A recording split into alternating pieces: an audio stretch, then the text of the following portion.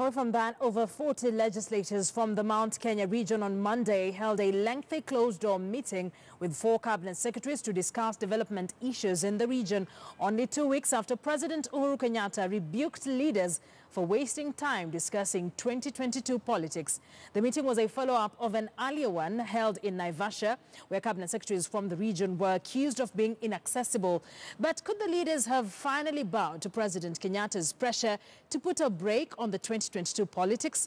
Mrimi Mwangi tells us more.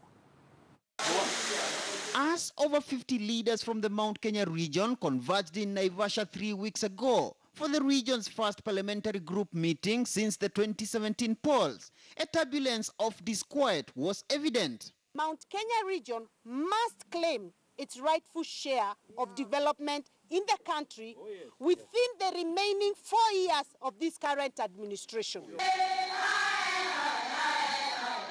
The leaders would a few days later meet President Uhuru Kenyatta in Nyeri, and the man who has been the region's political kingpin for the past 2 electoral cycles expressed disappointment. Gutira magithiuruka guku na inegene ritaramenyekanire anaku maikare the moke moige o niguo turenda tubange nigetha tucokie urimi wa kahua gwitu na nigetha andu aitu mateithike githe tiguo tugikienda andu aitu 2 weeks later, the Mount Kenya legislators, it appears, could be slowly heeding the president's directive. On Monday, 44 legislators from the region converged at Lamada Hotel in Nairobi for a meeting that stretched up to 11 p.m.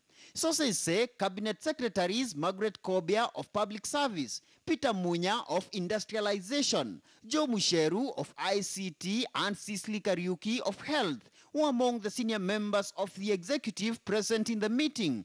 Key issues discussed include the establishment of more vocational education training institutes, staffing status in schools and shortfall of teachers, and revival of the dying coffee sector, considered a key economic mainstay of the region. Insiders say the leaders are expected to file their constituencies' respective reports on the issues listed with Limuru Member of Parliament Peter Mwathi by Monday.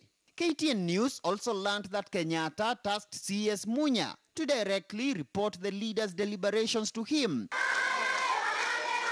having been with the president during their Nyeri meeting. Of the 44 leaders present, only nominated Senator Isaac Mwaura and his Laikipia counterpart John Kenywa turned up for the meeting, snapped by all other senators from the region.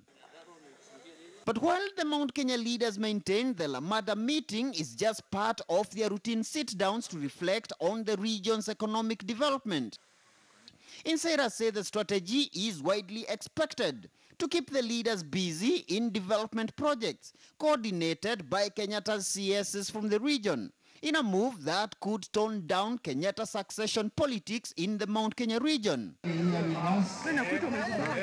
A section of the leaders have recently routinely tagged along Deputy President William Ruto in his increased nationwide tours, largely popularizing his 2022 presidential bid. Mrimi Mwangi, KTN News.